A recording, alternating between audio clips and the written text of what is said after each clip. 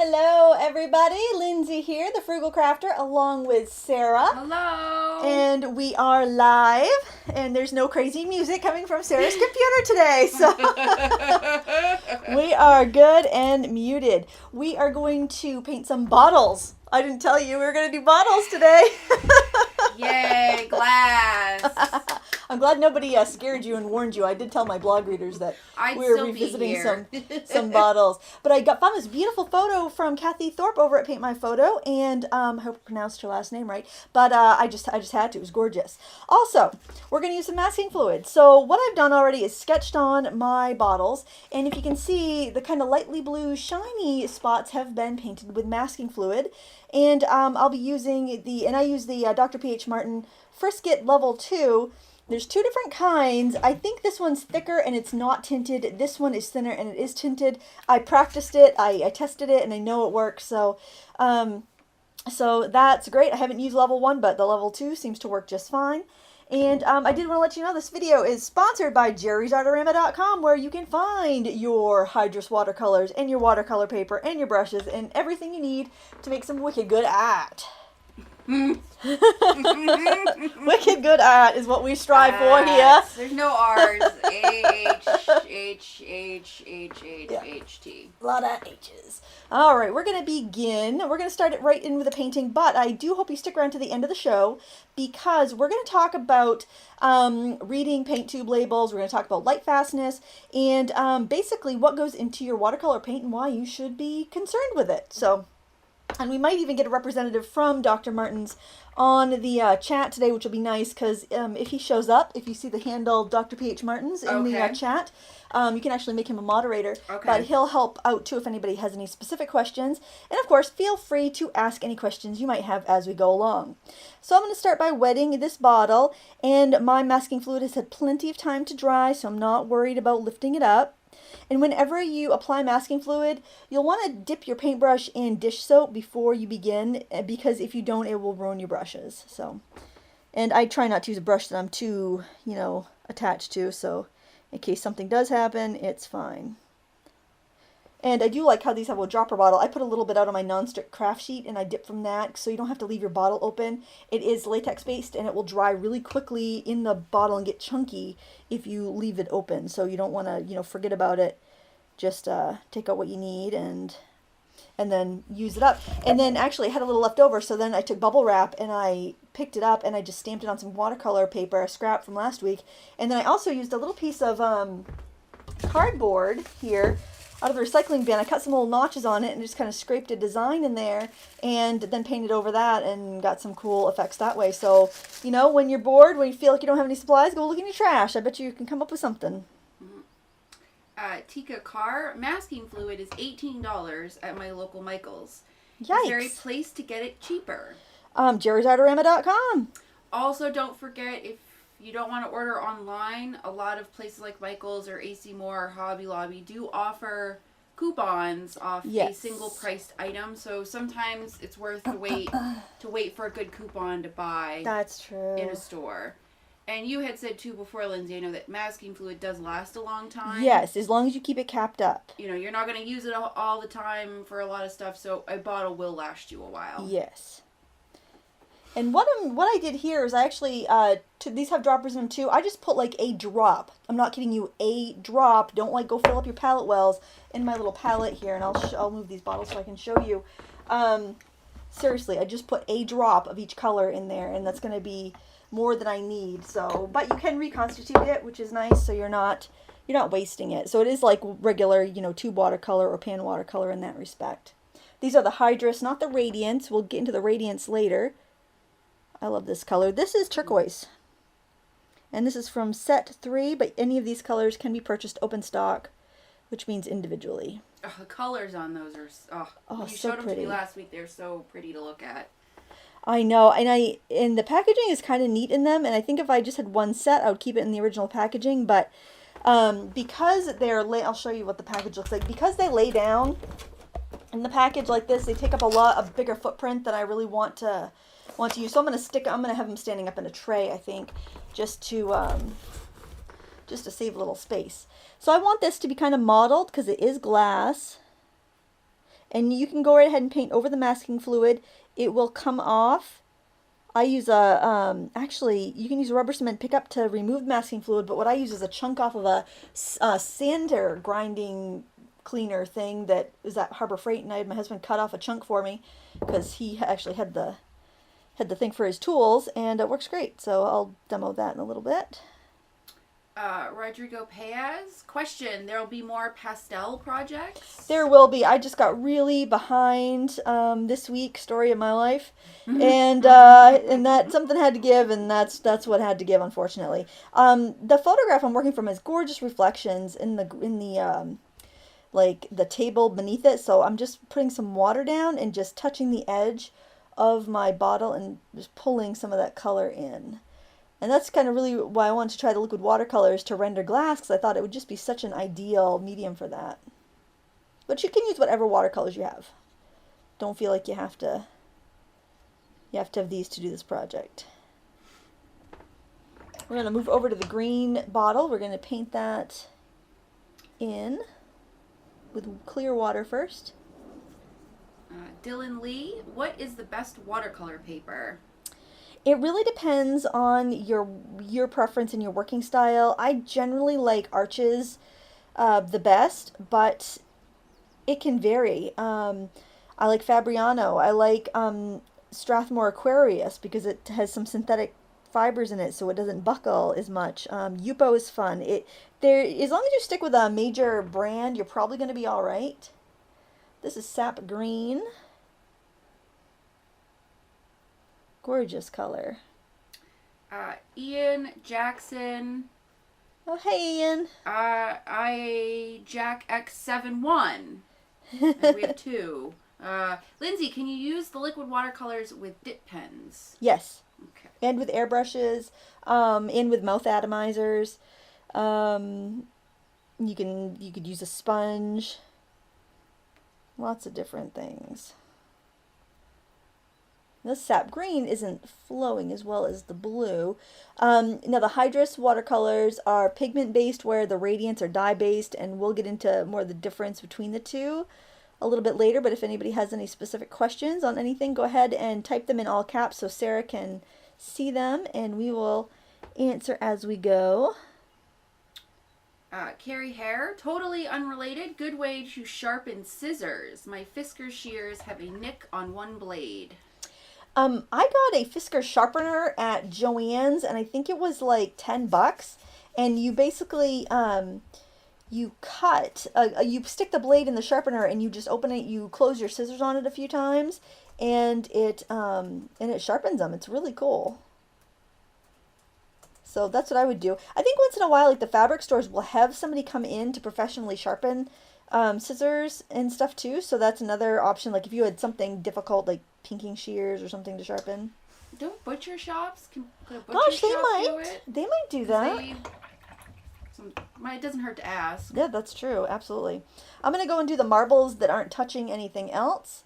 And I think I will start with a little wash of water, and I'll try to round out some of my uneven marbles. I would recommend, if you're sketching out marbles, to actually use a circle template. I was too lazy to go find mine downstairs, and I freehanded them, and they're looking a little odd.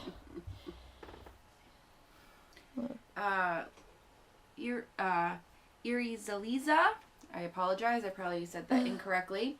Can gouache be squeezed onto a palette and let it dry, and can it be reactivated? It can, but I think probably more gouache artists than not would keep it in the tube until they're ready to use it. Just because a lot of gouache artists will tend to apply their paint a little more thickly than a watercolor artist. But it absolutely is reconstitutable, but you just might not have that thick, creamy application that you desire. Okay. Lori Reeder, I am totally new to watercolors. The reason for the masking fluid, is it to just keep your watercolor contained to the place you want it to be?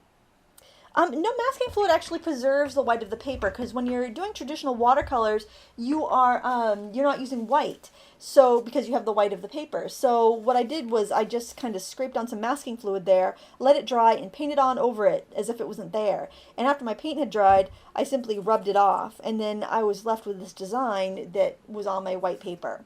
So that's what you want to use masking fluid on. It's really great for capturing like really sharp, tiny highlights like the sparkles on these bottles, and it can, really, I'm not a huge fan of it just because I don't like to wait for it to dry, but it really does a great job when you're rendering glass.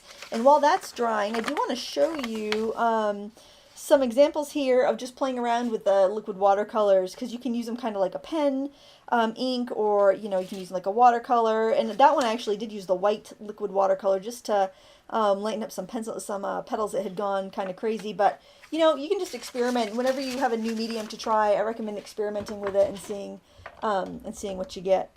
I think while I'm at it though, I am going to add some other colors here onto the background, drag in some of that color. I love how they flow.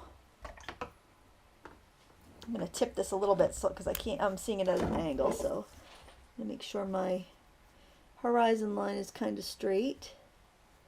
Now bottles are clear, so that's why I painted the blue bottle right behind the purple one there. Well, it's going to be purple.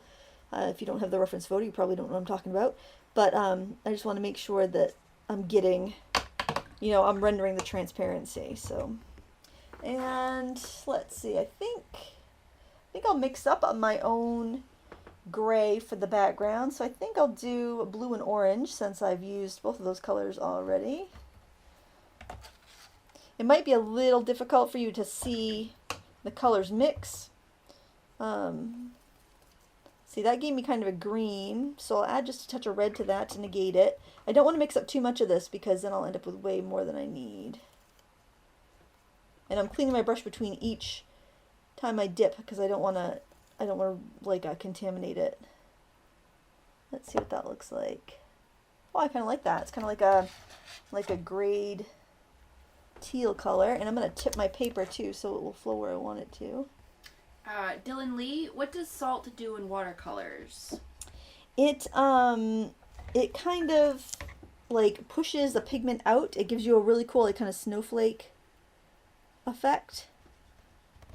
But basically it's kind of like drying the paper really quick where it lands, and then it shoves the pigment out, so it just leaves you that kind of cool effect. Tika Carr, what is the difference between final and workable fixative? I have seen Dick Blick advertising Grumbacher final fixative and saying it can be worked on like workable too.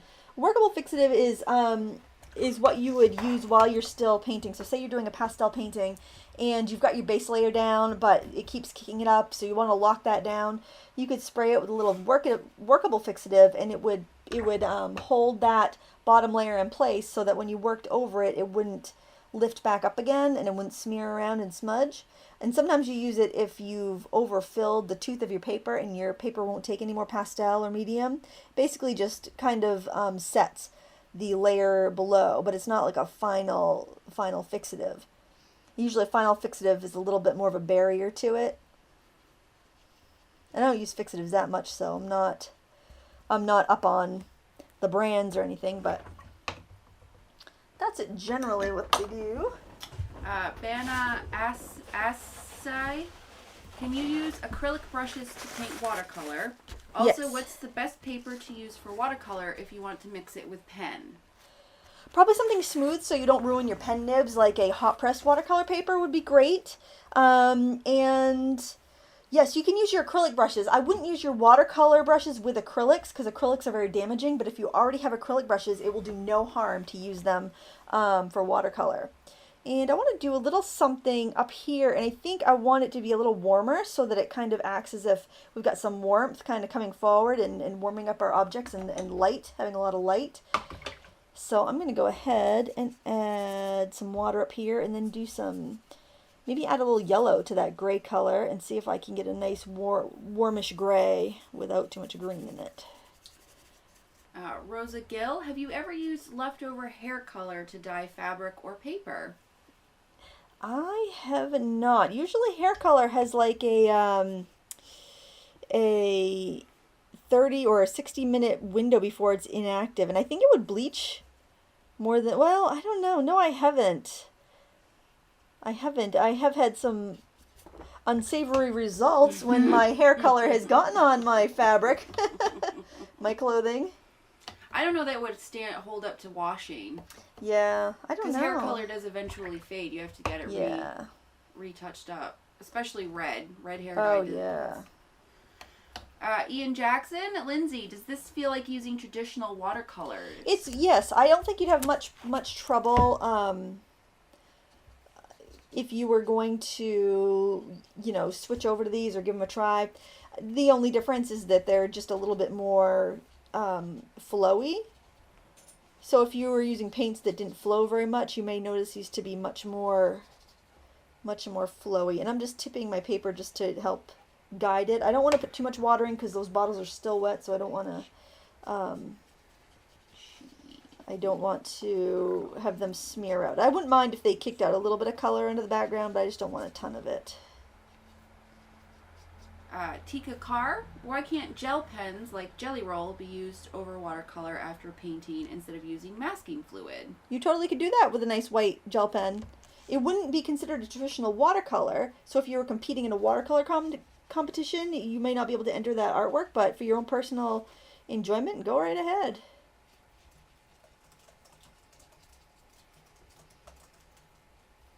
All right, I am going to hit this with a hair dryer, so if you guys have any questions, go ahead and I can answer them while I'm drying this.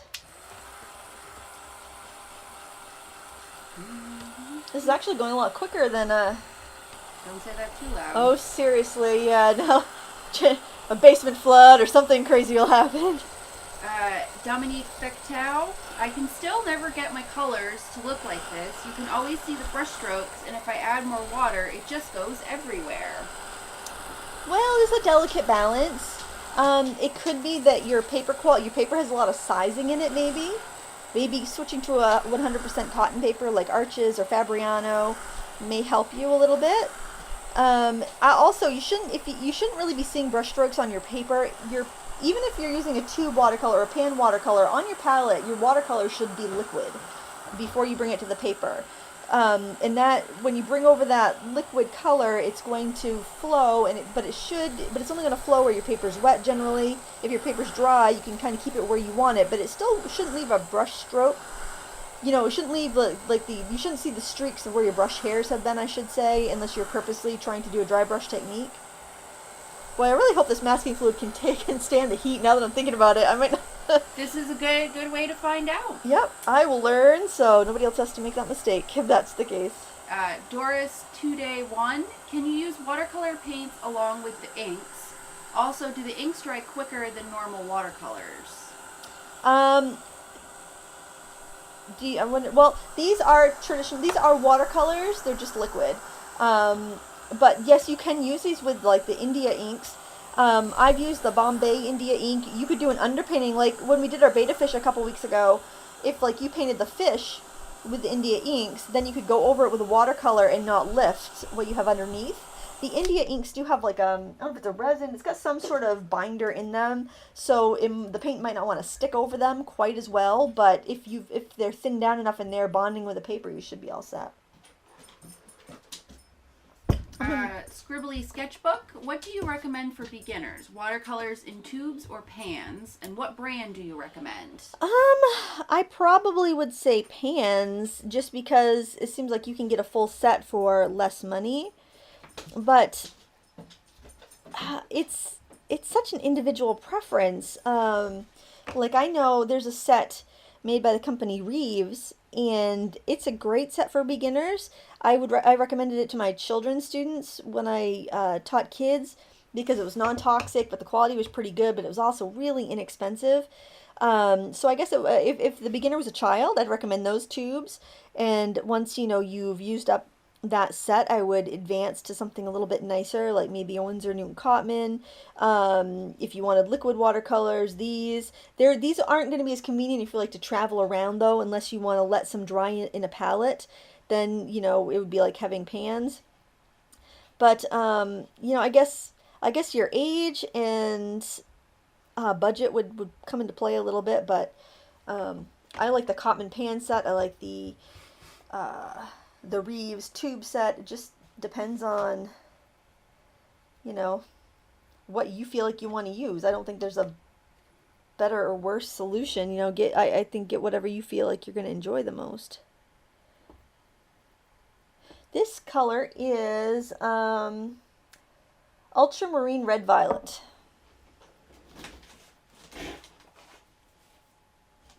Carol Moore, did you stretch your paper or just tape it down? And do you use regular masking tape? I just taped it down with regular masking tape. The only time I'd really worry about the tape is if I'm going to leave it taped for a long period of time.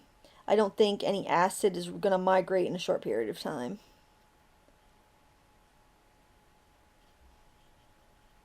I'm concentrating my color around the edge because I want it to kind of be a little bit darker there where you have the thicker layers of glass you're seeing through, because you're seeing the edges. This is a squarish bottle.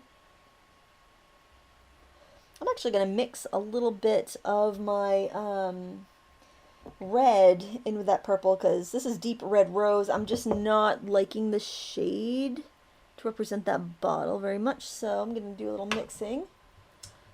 The thing you want to be aware of when you're using this paint is definitely rinse your brush between dipping into colors, or you're going to contaminate that really easy. It's not like dipping onto a pan of paint where you'd only contaminate that top color. You could contaminate your whole little pot of color you've put out. Archie Lee, you are so talented and I love your style and skills. Keep up with the amazing work. Oh, thank you. And you are uncertain if you are a pro. You are definitely. Oh, that's sweet. Thank you.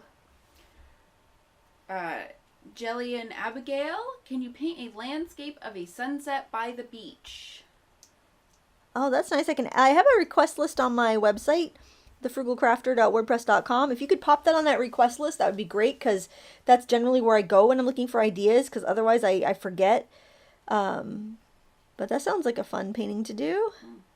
I'll use some of my honeymoon pictures from Hawaii. Yeah, that's true. You could.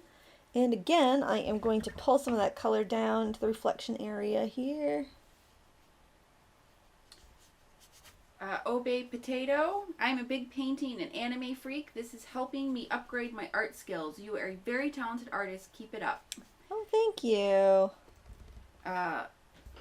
Lol3L, finally I made it to a live broadcast. Question, have you tried Daniel Smith watercolors? What do you think of them? Greetings from Germany. I have never tried Daniel Smith watercolors. Isn't that strange? They're such a prominent brand, but I've never, none of the stores around here sell them, and I just never have tried them. If you get a little puddle there, dry your brush off, because it's going to give you a bloom, and you're not going to want that in your bottles, and then just put the thirsty brush down and soak up the extra. We're going to be glazing layers over, so don't worry if your bottle looks a little too flat and uninteresting. And also, when we take off the masking fluid, we're going to have some really cool effects there. Now I'm going to skip over to this green vase, and we're going to glaze a little bit with some yellow. And glazing is putting a transparent layer on top of a previously existing layer. And I've just got a little bit of watery yellow on my brush, and I'm just glazing over it. And you just get a little bit more richer of a color than if I was to mix these two colors together to begin with. So that's why I would do that, rather than dropping them in together or mixing them together to begin with. Try it sometime. It's give you a headache. Oh my gosh, he's bitter. I know, I am a little bitter. Bitter about the bottles. You should see somebody about that. I should. Sophia Pepe, can you use a hairdryer to do embossing? No, it will just blow your embossing powder around. But embossing guns, you can find them fairly inexpensive at a big box craft store, and you can use a coupon. So that's a good option if you need one. I'm going to start adding some details onto these marbles. Now you're going to need to skip around on this picture, because when you have a wet area, if I was to paint that marble, that color would just charge right into that bottle. So you want to skip around a little bit so that you don't have unwanted color blending. Dylan Lee, do you have any tips for me in using masking tape in watercolors? Because every time I'm done, when I take it off, it rips my paper. Sure. I'll show you when we're at the end of this demonstration how I remove my tape, because it's all in making sure your paper's dry and making sure you pull the tape back at an angle so it doesn't rip anything. So there's a little trick to it, but yeah, it's once you kind of get the hang of it, it should be fine. And I'm just using cheap stuff from the dollar store. Maybe it's less sticky or something. You can also use blue painter's tape if you're still having trouble with that. I'm going to go over and do something similar to this one. I'm going to vary the direction of my lines though. And I've been using the same brush the whole way through. This is a number 8 round Mimic squirrel. It's not a real squirrel. It is a synthetic brush, but I just love how much water it carries and how I can get to a nice sharp point by just holding it at a nice angle here. I try not to do this too much because my hand gets in the way, but when you want a sharp fine line, hold your brush straight up and down and it will give you a much skinnier line. Luca Achterhoff, what are some good watercolor brands? I've tried so many, but I just don't get colors as lively as Lindsay gets. Well, I'd be curious to see what she's tried, because I'm wondering if maybe over mixing, because a lot of times we tend to fuss with stuff and that's what kills the vibrancy. It was funny, my husband called the other day from work, which it usually doesn't unless, he's on his way home and wants to know if I need anything. But just out of the blue, he's like, I have a video idea for you, Lindsay. And it made me chuckle because it was something that somebody had requested during one of our last live streams. And I said, okay, what's that, dear? And he said, you should do a dollar store art challenge. Oh. And so I'm like, what do you mean a dollar store art challenge? She goes, do a painting, but it has to be stuff that you got at the dollar store. And he goes, that way it'll prove that you don't have to have like a lot of money to do great art. And I thought, well, that's kind of a cool idea. So that is kind of a cool idea. Yeah. That would be a fun one because everyone has access to a Dollar Tree or dollar store of some type. Right, or they have some inexpensive materials that would right. be on par. But it's funny because those challenge videos are so popular with like the younger crowd on YouTube, and that's what my daughters want to do on their channel. Let's do challenge videos. Right. I'm like, oh, I don't know. I think I'm a little too old for challenge videos, but I thought that was kind of a cool idea. Let me know in the chat if you guys are interested in a dollar store art video. Run Flash Run 14. Hi, if I wanted to start stamping, would you recommend clear or mounted stamps? Honestly, I would say clear. Or not even clear, but you can get like rubber stamps, because I prefer rubber stamps to clear stamps. But you can get them so that they're on cling cushions, so you can use them with a clear block. They're a little more difficult to position because you can't see through them, but I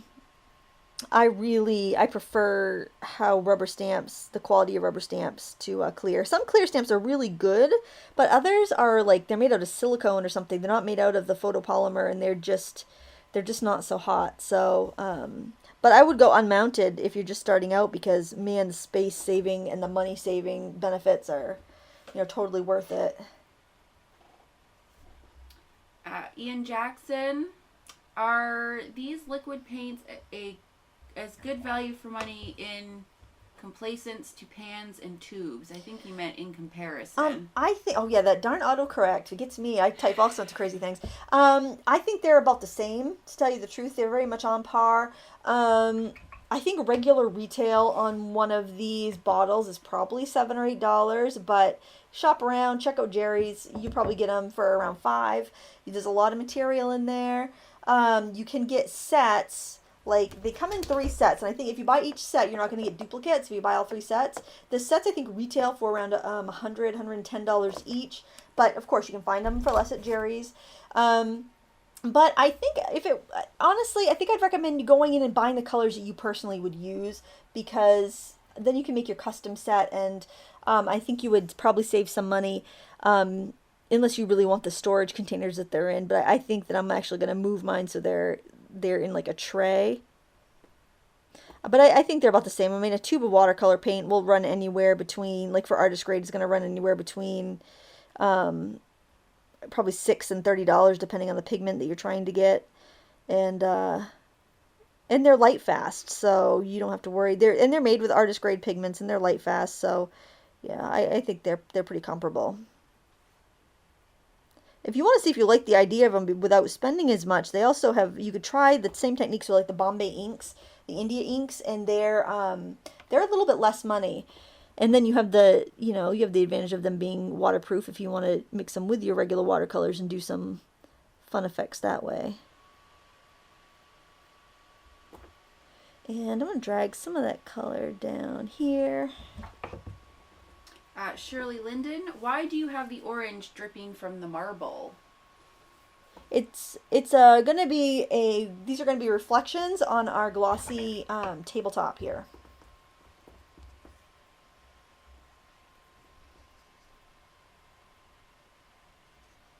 See, just pulling down some color just so I have.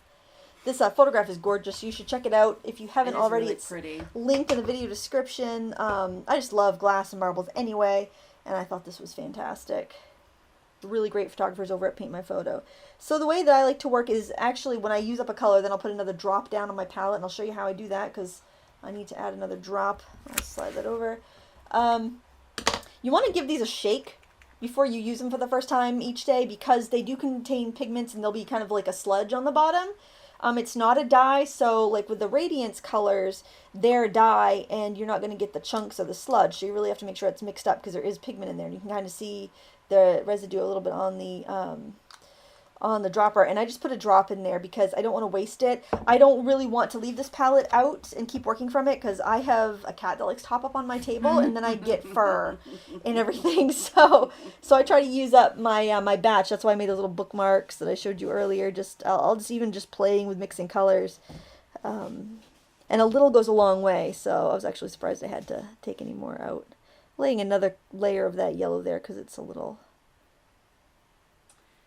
Sarah Sturgill.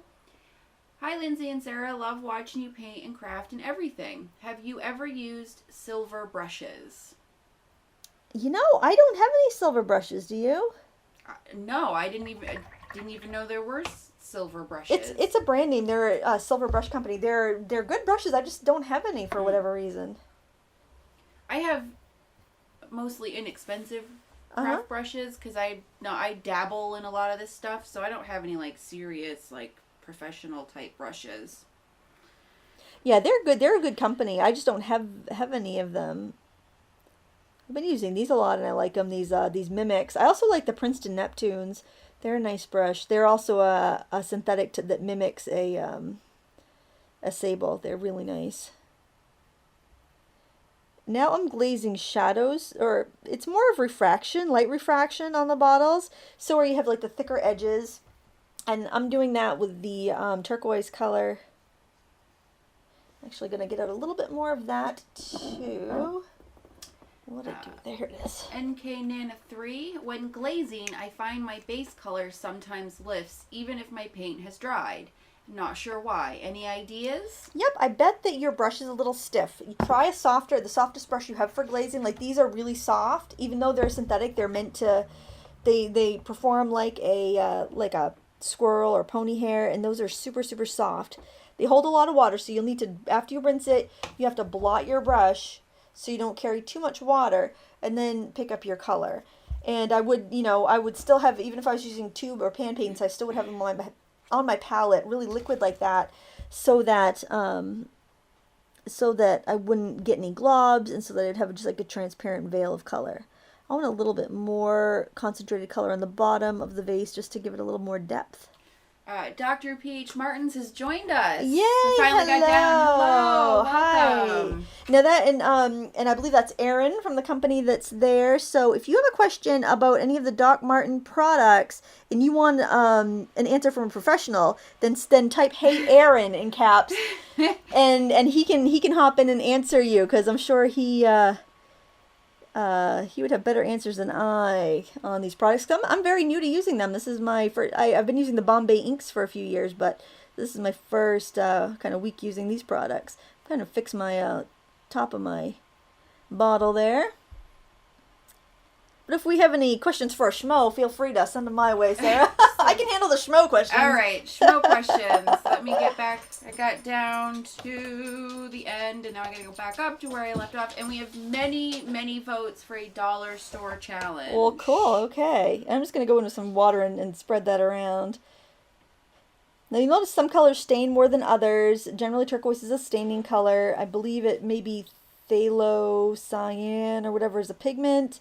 So those colors tend to, the more vibrant colors, the more staining they are. So if you do get too much on your painting, then quickly get that wet brush in there and drag that color around, because you don't have long before it's going to grab the paper and stain it.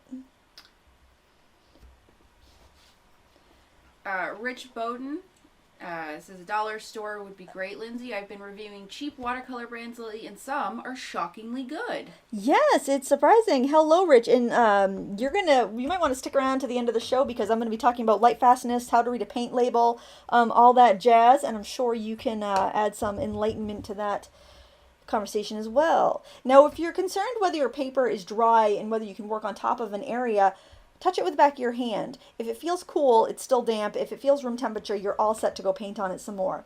I want some darker green here, so I'm going to go with that blue and the green I used and make my shadow colors that way. And again, I want to show you this because I don't want you contaminating a pot of color and then having to wipe it out and start fresh. Put your green over somewhere, clean your brush, Clean. then grab your blue. And I will need more blue too. And then you've got your glazing color.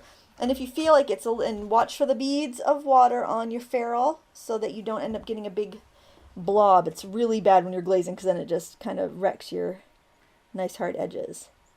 Carla A., thanks so much for doing this tutorial. I am new to watercolors and recently purchased 26 colors of Dr. P.H. Martins Hydrus. This is so helpful. Oh, wonderful. Geez, 26. She might have all 3 sets. Do you think this will work well to do a delicate botanical, and it's going to have a lot of glazing in it? Oh, absolutely. The colors are great colors, so... Yeah, just make sure you have a paper towel handy when you're working so that you can blot extra water and extra pigment off of your brush as you're going, especially if you're doing lots of delicate, dainty layers.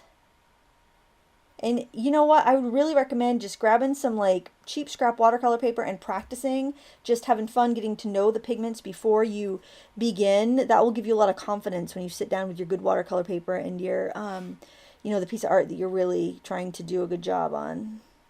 I mean, that's why I did these 2 over here that I showed you. These were just, it was Mother's Day morning. My husband had taken the kids to the flower nursery, and I just sat down and started, splashing the paint around and having fun and not worrying about it. Because I knew I kind of had, that's part of my process. I need to do that before I do anything serious with the medium, just to make sure that I'm kind of comfortable with it. Dylan Lee, if I'm doing galaxy painting using watercolors, which colors go first? The color black or the colors I want for my galaxy? I think I've seen some galaxy paintings and I really rarely see black. It's usually like ultramarine or indigo and violet and sometimes like crimsons or quinacridone. We all reds. know how Lindsay feels about black watercolor. Yeah, not a huge fan. Not her favorite. Yeah, black, and if you are going to add something like black or white to a watercolor, I would always say put it in last, because you can't take it, it's going to affect everything else, and it's really hard to get a vibrant result when you're starting off with a dead color. And I said it, dead color. And I'm just going in with some pure yellow, and that was the Hansa Yellow Light. And I'm just kind of adding it as kind of like as if it's sunshine lighting up the bottle. Siriana Griffith. Hi, Lindsay. I wanted to ask you, some of my lighter watercolor shades fade away while using. Is there any way to make them show? Love from Israel. If she could clarify if she means fade away after they're applied and dried, or just fade away while they're working. If it's while you're working, well, I'll just answer both ways. If it's while you're working and they're fading, a good rule of thumb is to expect your watercolor to dry about 30% lighter. So if you are doing, if you're doing a sky and you want it to be a certain level of blue, you want it a couple shades darker so that when it dries, you're going to get that color that you want. So that would be my advice. And if it's afterwards, try not hanging your painting in like a direct sunlight or a well-lit area, because often that will fade your colors. It usually doesn't happen too quickly, but that would be the answer to either way her colors are fading.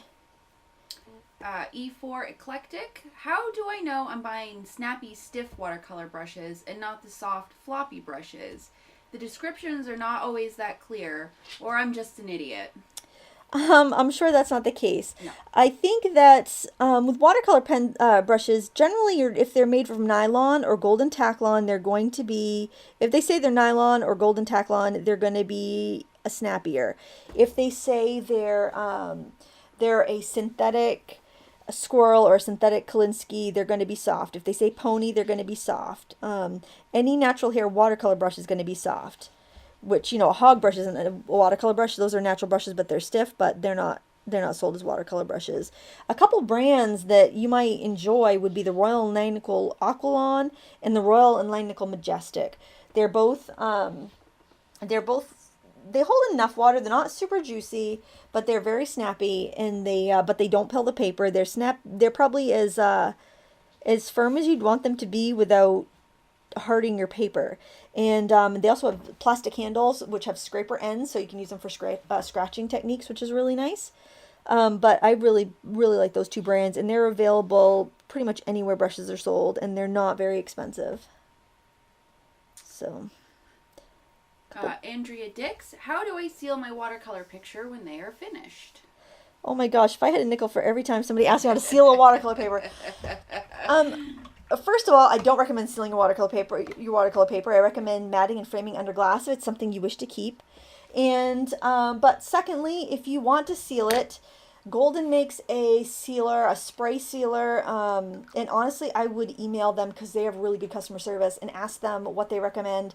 And the only reason I know about this is because I just bought the Daniel Smith watercolor ground, and so you can paint watercolor on anything like wood, tin, really whatever. Ooh. And so they recommend sealing it with this Golden spray varnish, which is expensive. It's like $20 a can or whatever. But that's what they recommend. And so if you do have to seal your watercolor, I would go with something like that. But personally, if it's something you really intend to stand the test of time, I would mat it and put it behind glass or acrylic glazing, because it's a work on paper. It's not going to withstand the elements. It's going to pick up things from the environment. It's going to, the air is going to harm it. Any moisture in the room is going to harm it. If you really want it to last, frame it behind glass or mat it and put it in a clear bag.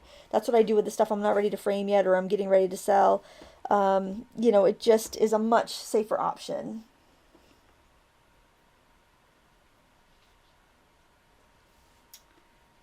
Erin Clems, have you ever done fashion illustrations or the like? If not, would you consider doing a tutorial on different watercolor clothing techniques? That's neat. No, I haven't really. Not since I was like a teenager. I would consider it. Please put it on my request list on my website. That would be the best thing to do, because then I check that when I need an idea. I'm gonna add some shadows, or some reflections rather, under these marbles. Just added clear water, and then I'm just touching our brush with a little bit of color on there, so I get a softer little. It's not really a shadow. It's more of like the light passing through the marbles and leaving the color below. Don Norman, help! My embossing powder won't stick to my ink. What am I doing wrong? It looks blotchy. Well, the problem could be the ink or the embossing powder. So what I would recommend is trying a different ink pad with that embossing powder and seeing if it works, like on a scrap of paper. And if the embossing powder sticks to that, and then your ink pad probably needs to be re-inked. And if your embossing powder isn't working with the other ink pad, then you probably have bad embossing powder and it needs to be tossed. Embossing powder doesn't have a huge long shelf life. If it's in a controlled temperature area, it usually does all right. I mean, I have some embossing powders that have lasted a long time, but if you're in a really humid area, or really hot area, your embossing powder shelf life will be reduced. So try those two things and you can figure out where the problem is, whether you need to re-ink a ink pad or you need to toss the powder. That's been my experience. Do you have any different experience with? I found too, using cheap ink pads. Oh yeah? They work better or worse? Worse, because they tend to be just a basic dye ink, so the ink itself dries really fast on the paper. So I found a better quality dye ink, or the pigment inks tend to dry a little slower, so you have a little more time on getting the embossing powder. Good idea. I've only ever used really like the Ranger or Inkadinkado embossing powders, which are pretty good quality, so I've not ever had problems with actual embossing powder. And I've had some for a while that still work pretty well. Good. But that's just me. I've also used just glycerin to emboss with, and that works really well. And you can get that at any pharmacy or health food store.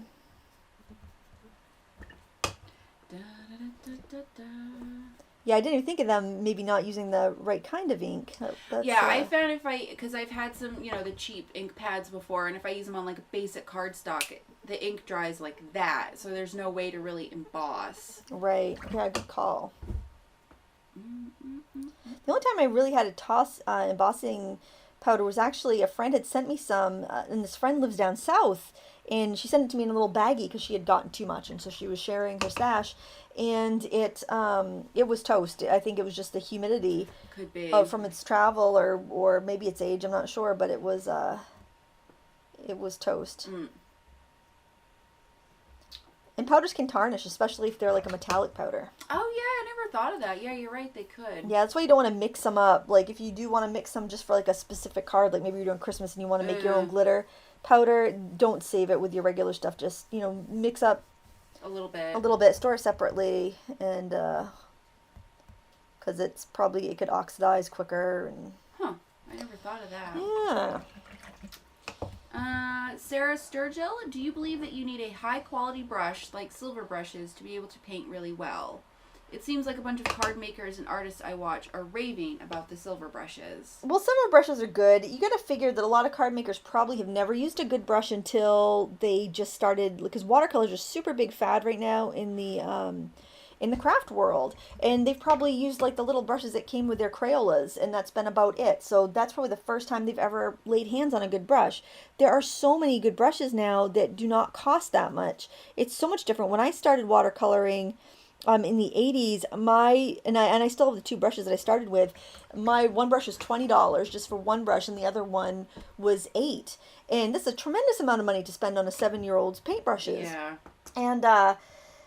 And they're great quality, but you could not just walk into a store and buy a decent quality brush for $6. Like, buy a large wash brush for, $6 back then. It was, much more restricted. You had to go to specialty stores.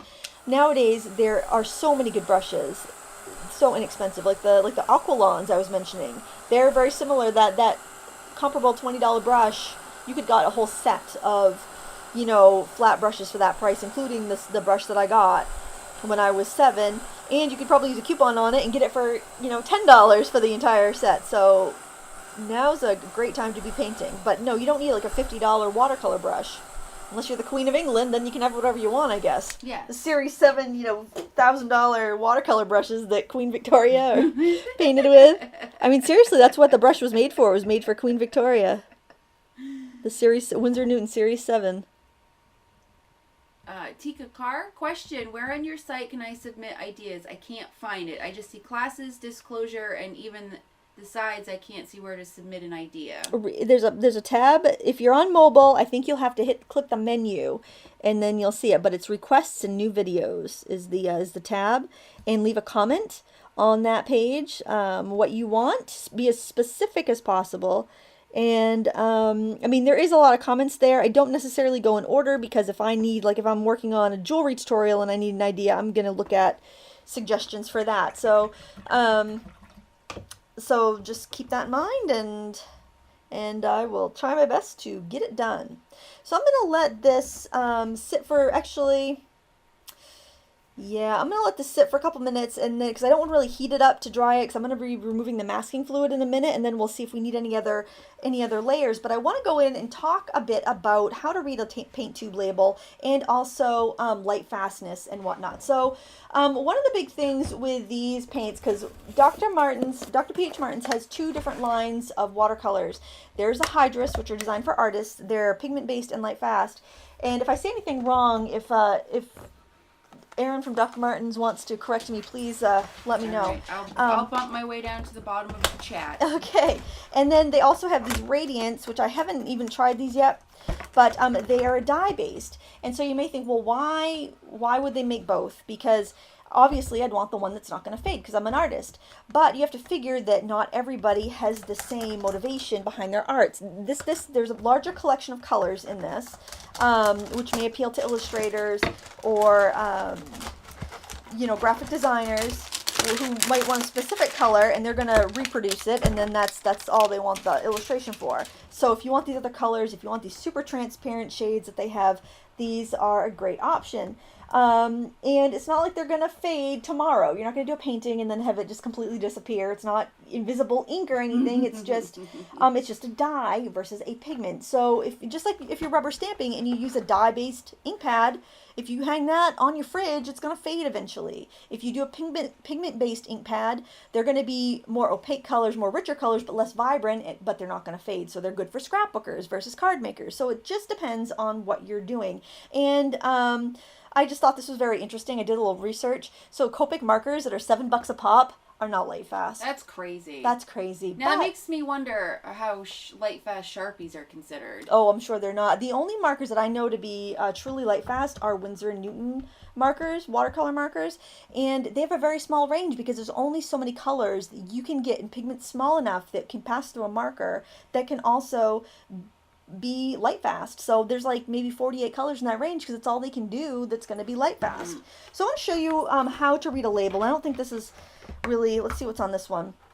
There's a little sediment in here, so there are some, there's some good stuff in there. But this doesn't have too much information. It has the AP seal, AP non-toxic, I believe, and that just means that it conforms to the American standards, whatchamacallit, what do you call it? American standards, maybe? ASTM standards. And it's right there on the package too. So that's also a consideration if you're looking for non-toxic because you're doing projects with kids. Also, you can use this for fabric art. You can make this permanent, meaning that it won't come out of your clothing with a soda ash bath. And that's something to consider if you like to work with cotton and silk. So you have that versatility with this, where that's not going to work with this. So there's the difference between these two, in case you were wondering, because I know somebody's going to be wondering about why should I get one over the other or what's best for me. And I'm just going to reach back here and grab some of my other watercolor tubes because I want to show you how to read a label. Because I think there's a lot of confusion amongst watercolorists on this. Excuse me while I move things out of the way. So if we look at this label here, we can look on our label. I don't know if that is going to focus well enough. Sorry, guys, but it says pigment blue 15, pigment green 7. So we know there's two pigments making this color. And the light fast rating is number 1. Now it gets a little confusing because we don't, in the world, all use the same scale to determine light fastness. So in the United States, and it's fairly standard, but it's not standard everywhere. We use the ASTM rating, and tubes that have the light fastness of 1 have excellent light fastness. That means it should last for hundreds of years, as long as you don't, lay it out in the sun or anything. It's very light fast. A light fast rating of 2 is very good, but it's not as good as number 1. So, it may have 50 to 100 years, or maybe 100 to 200. I don't know what the year breakdown is, but it's not quite as good as the first one, but it's decent. And anything 3 to 5 is not considered light fast enough for artwork. So when you're looking at a tube of paint, like if I look at this core paint here, this color, Naples Yellow, this one, you also see a series number. We'll go into that in a second. This is light fast, not available. Here we go, lay down. Oops, I'm sorry, that looks really fuzzy. So one of the reasons the light fast might be not available is that either it wasn't high enough to test, or a color like Naples Yellow, let's look at the pigment here, it contains PBR24, PBK7, and PW4. So it has a white pigment in here. Once you add white to a pigment, it thins out, it kind of disperses your pigment particles more, so it's going to be less light fast or more likely to fade. Just like when you're watercoloring, the more water you add, the less light fast your painting will become, or that pigment will become. So let's see, and most of these colors that don't, of the core line, that don't have a light fast rating, are the high chroma colors, or the super bright ones, like the cobalt teal and the alizarin crimson and the violets and the stuff that's really, really super bright. So over here, this one is Pyrrole Red Light. It's Series 4, and we'll get into series in just a second, but it's got a light fast rating of 1, so this is extremely light fast. And then I was looking at some of my student grade paints, like this Grumbacher Academy. Most of the Grumbacher Academy ones I was looking at had a light fast rating of 1 or 2. 2 being very good, 1 being excellent. This is a very good one. Also, I found the same results in the Winsor Newton Cotman line. So that's really encouraging, that if you're a beginner, that you can start off with some inexpensive paints and still have light fast pigments. And on this tube, same idea. Where's the light fast rating is on the back. This one is light fast 2, very good.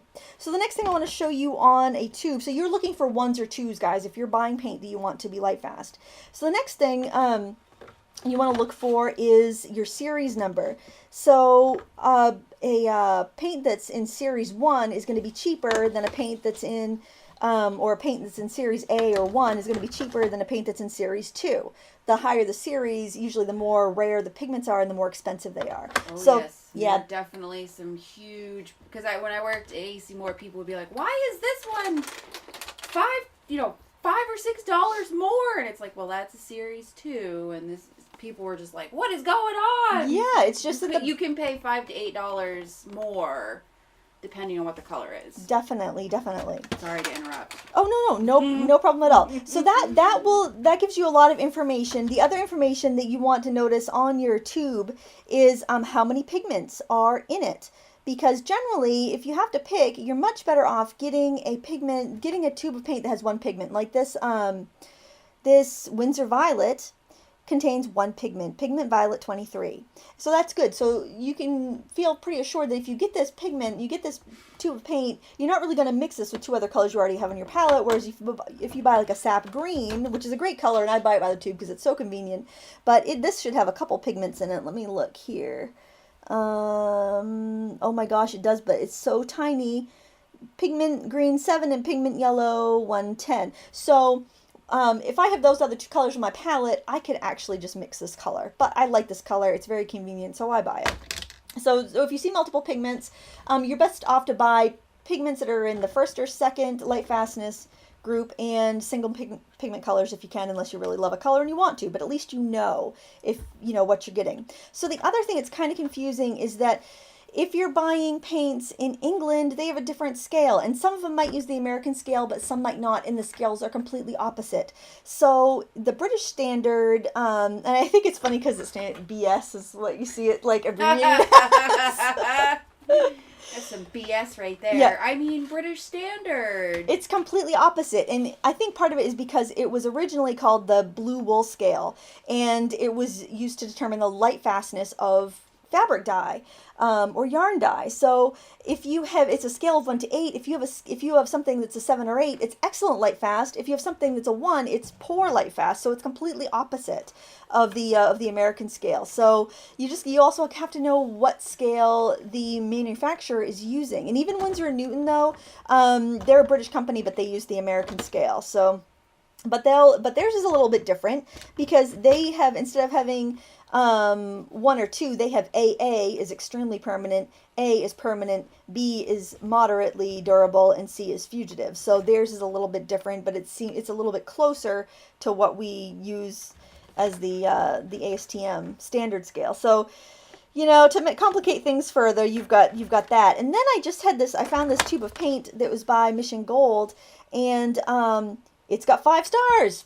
I don't know what scale that's on. It's either really good or it's either kind of okay or it's really bad. I'm not sure which.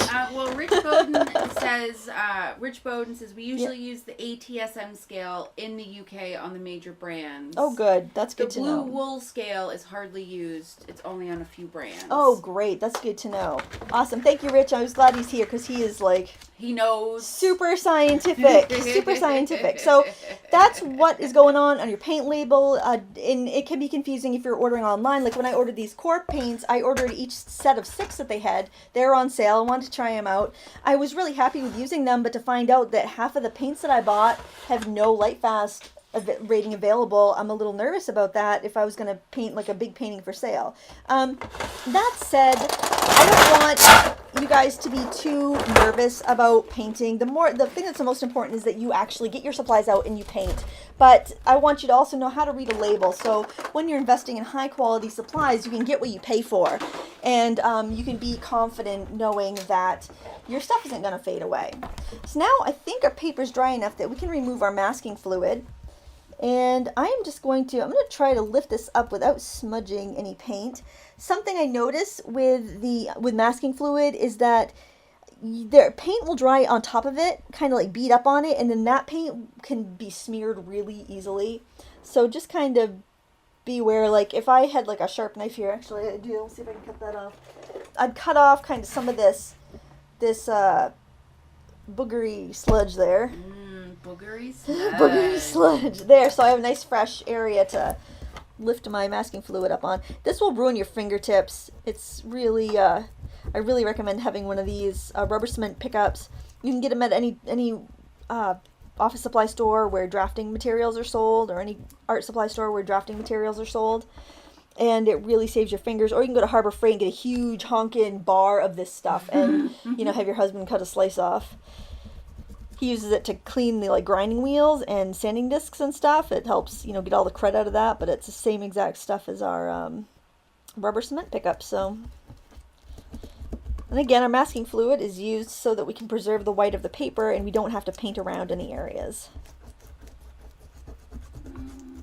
You can get back to yes, question. sure. There's so many people watching and there was so much information that I got really behind on questions. So again, I apologize if I miss a question or skip a question. I'm trying to get back to where we were. I'm sure they will forgive you. Everyone is so chatty and helpful, and that's awesome. Are we getting a lot of Doc Martens love in the chat today? We are. People are really excited, and Erin has been very busy answering people's questions. Thank you so much, Erin. I'm so glad you could make it. I think they might be on. I think that their store's on vacation this week, so he's probably hopping in on his vacation. So I really appreciate that. And those inks are pretty much available any place where fine art supplies are sold.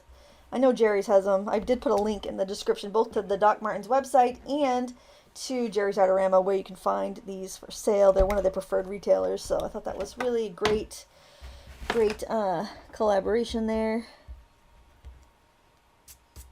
Okay, so I did smear a little bit of color over here, so I'm going to try to sharpen things up. Some of my highlights I think are a little too bold. That's the only thing I don't like about, no, I've mentioned several things I don't like about masking fluid. That's one of the things I don't like about masking fluid. So I'm going to kind of make some of these a little bit smaller. I'm going to glaze over some areas here. I'm going to break that up a little bit. But it does give you a really nice cast shadow, because even if I glaze over it completely, you still have quite a bit of a lighter area there. Lol3L, where would you spend most of your money? Paper, paint, or brushes? Oh boy, well, that's a good question. Brushes are a one-time investment with watercolor, so you definitely want to get one or two good brushes. I would recommend like a number 8 round and a 1 inch or 1/2 inch flat. I think that you can get by with cheap paint, but it's hard to overcome poor quality paper. So probably then I would go paper. It's tough though, because you don't want your work to fade, but the pleasure of painting with a good brush and good paper are wonderful, and you're going to have the brush forever. So if you're going to spend money on something, it's nice to spend money on something that's going to last, that you're going to use over and over again. So Tika Carr, she says she's on a PC and she still can't find this spot for requests. It's under the tab requests and new videos. Make sure which should she be on your blog? Yeah, yep, or the Frugal Facebook Crafter, page? Okay. thefrugalcrafter.wordpress.com, and it's just called. If you look at the top of the page, there is like kind of little tabs, looks like file folder tabs, and it says requests and new videos. And if it's not there, I'll take a look after the broadcast and see what the heck's going on. Maybe I over tabbed it because I added my 2016 workshop schedule on there. Maybe it kicked one tab off. I'm not sure. I should delete the 2015 workshop schedule. Probably. I'm just adding a little bit more of a reflection because I didn't have enough there. Elizabeth Hicks, will you be adding any more videos to stamping school? I've watched them all. Yes, I just put one up. Maybe I didn't add it in the playlist. It was the pop-up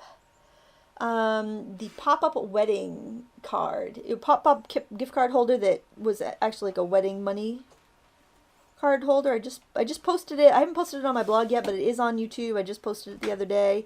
And also the project I did for Paper Mart this week would be definitely a stamp school level project, rainbow stamping, rainbow note cards. And actually the wedding invitations I did this week would be stamp school level. It's definitely put out there for a beginner, like a bride that's never done, or a groom that's never done wedding invitations before. It's definitely done on a beginner. Ian Jackson, is there a preferred palette for the liquid watercolors? Well, this is the one that Doc Martins has. I think that you want something that has the entire palette's contained, the entire well is contained, rather than like a slant palette where everything kind of pools out into a center general area. But some people like butcher trays a lot for this. It really is a personal preference. I'm glazing over all of these with like the light, I mixed the rose red with my violet, and I'm just kind of glazing over these because they just seem way too bright over here to me. Gracie Shack 1. Lindsay, what do I do if my Winsor and Newton watercolor paints are almost empty? How do I refill the pans with paints? I just squeeze it out from the tube. Oops, I missed some there. Well, I'm gonna have to let that dry before I can remove it. If you're painting over and you find like a glob of paint that you missed, or a booger, if you will, then just let it dry completely and go back in. And I also want to lighten up this area around that masking fluid a little bit too. So I'm just very gently painting over, just kind of wiggling my brush a little bit, and then I'm just going to blot it off there. Never rub the paper. There we go. Dylan Lee, which is better or more comfortable to use, watercolor brush pen or normal brush? I prefer a normal brush unless I'm traveling and I can't bring a bucket of water. And there are some really nice water brushes available now, which is good. All right, I feel like I want a little bit more of the blue kind of coming out of that bottle, so I am going to add some. I have a fun tutorial coming up tomorrow on the YouTube channel. If you like polymer clay projects, I'm doing polymer clay pendants and beads, how to make them, tips and tricks if you've never used it before. It's a very beginner friendly tutorial with lots and lots of tips, and I'm going to put the tips in the video description, so you can kind of copy and paste them, print them out or whatever, but it should save you a lot of frustration from things that I've learned along the way doing polymer clay stuff. So I've had a few requests for jewelry and polymer clay stuff, so hopefully that's useful to some of you. I'm really happy with the way the video came out. It'll be live tomorrow afternoon on the channel. I sat outside. It was so nice yesterday. I sat out on the picnic table. I dragged all my stuff, all my clay out with me, and had a grand old time creating. Yeah, it was nice out yesterday. I got a sunburn on my shoulders, though. I was out there. I didn't realize how long I was out there. Uh-oh. And notice I've switched to a smaller brush here so that I don't go overboard. I've just removed the masking fluid. Now I'm adding touches. I don't want to just cover up everything that I've done. So by moving to the smaller brush, it gives me a little bit more restraint. I generally like to stick with those big brushes up till the end, though, so I don't get too bogged down with tiny details. Gracie Shack 1, do you recommend Derwent Color Soft pencils? Yes, I do. I really like them. They're not as light fast as like the Faber-Castell Polychromos, but I prefer the soft opaque lead. So I'm not hanging colored pencil artwork in the sun, so for me it's fine. So again, that's a thing. You get a little, you give a little. You might want a really soft. You might like the properties of one thing, but it might not have everything you want. You just have to decide on what qualities are the most important for your work. Is it important for you to be able to use your pigments on paper and fabric? Is it important for you to be able to have it last 100 years? I mean, it's a lot of different variables. Something I did find interesting was that every one of these bottles I looked at had a light fastness. Most of them were 1, excellent, and another one, I think one of them had a 1 or 2, so all very good light fastness on the Hydrus range. And I don't think there's too much more I want to do to this. I do have to wait for this area to dry so I can remove that little, oh, maybe I did get it there. Move that little area. I feel like I do need a little more definition in there, but I also feel like that, I'm going to see if I can lift some of that paint up. We'll see how staining this is. I have a feeling with purple and then turquoise behind it, I'm not going to be able to lift too much up, but I'm going to try to lift some of this up because it's too dark. So keep that in mind when you're working with the liquid colors, especially if it's color that's super transparent and bright, it's going to stain. You might not be able to lift it up. Like I'm running into that issue here. I should have been a little more careful when I laid down my color. People are saying that the tab is missing on your website, so you might have bumped over. I must have. I'm going to delete a tab then, and we will get that back, and you will be able to request again. I was just thinking I hadn't gotten a request in a couple weeks. I must have probably aligned when I added the two, when I added my summer schedule up there. Whoops, sorry guys. We'll get that right back up there because I have a really hard time remembering what people ask me on the live show. Somebody wanted some sort of tutorial, and I do not recall what it was. I think I read somewhere that, actually I've heard it many places, that multitasking isn't really a thing. Your brain just basically switches from one thing to the next, so I might think I'm multitasking by like, oh yeah, sure, taking in all this information, but I'm actually not, because you don't focus on multiple things at once. You focus on one thing, and, your brain just switches between the things. Carrie Hare, any suggestions for extra supplies to bring to the heirloom classes? I am so excited. Oh, yes. I'm so excited you're coming, Carrie. That's awesome. And I did reply to your comment. I would say, just the white gel pen and a fine tip permanent black pen. And I did order some so I could have some if anybody wanted to buy some. I just didn't want to have a bunch of white gel pens open because they just don't last. You kind of have to use one up before the other one. So, and it's a great product to have. But if you had your own Inktense blocks and you wanted to bring them so you didn't have to share with other students, because I'll have a bunch of supplies for everyone to share. You could do that. Or if you had a particular stamp that you loved, or a particular piece of collage ephemera that you loved that you wanted to work in, feel free to bring those. Don't bring anything that's going to make you feel overwhelmed, though, because sometimes it's nice not to plan and just to show up and do a pretty project and, maybe let it spark you ideas for stuff at home. I find that anyway. I find the less I bring, the more I do. I'm the same way. The less, if I go to a craft day, I have a bag. Yep. Same here.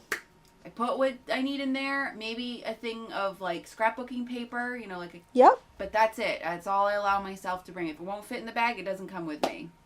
Yeah, and if I go to a crop, I'm the same way. Yeah.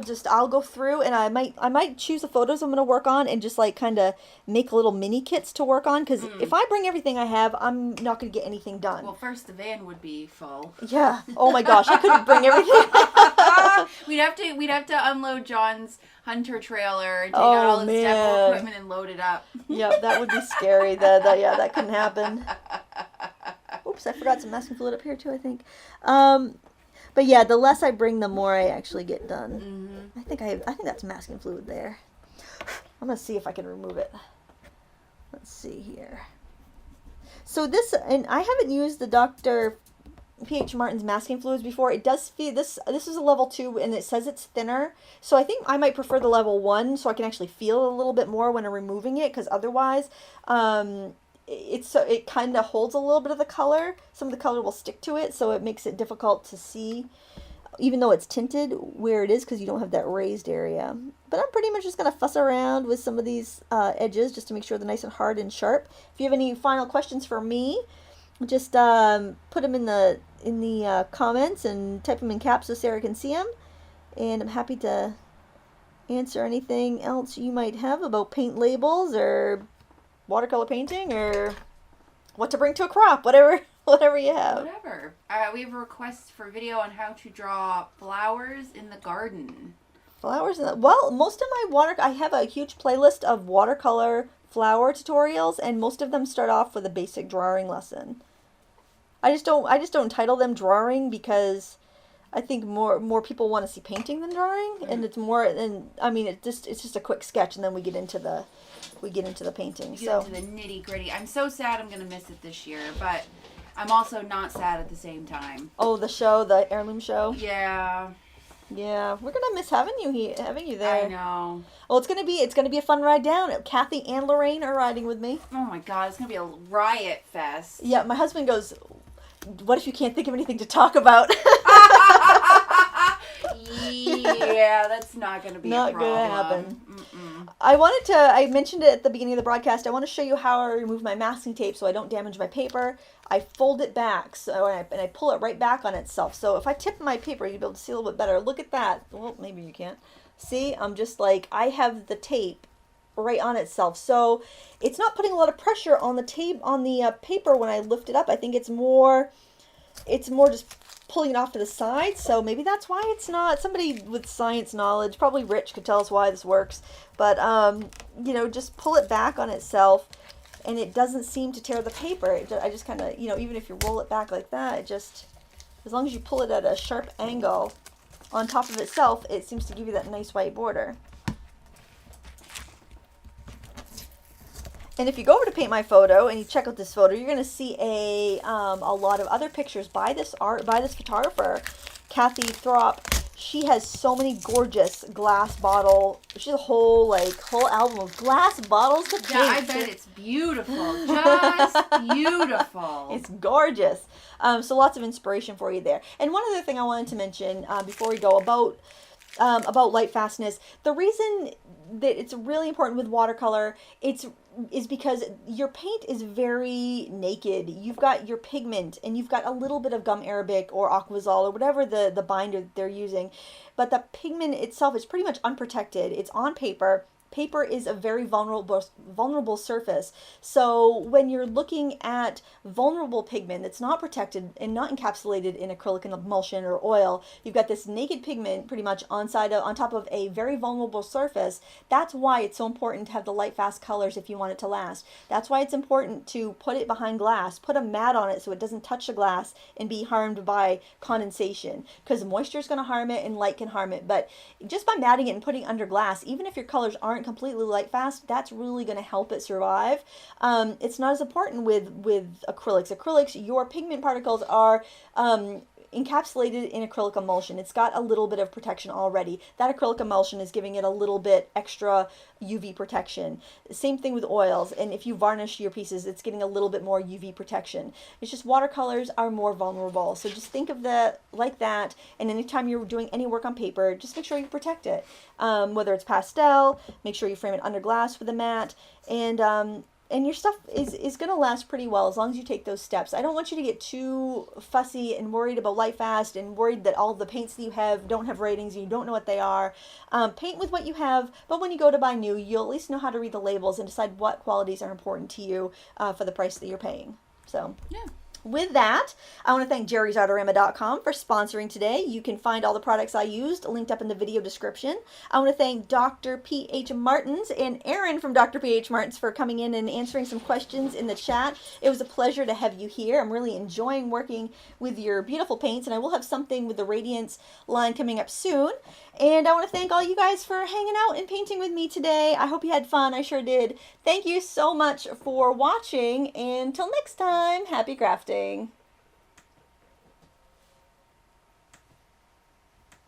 We had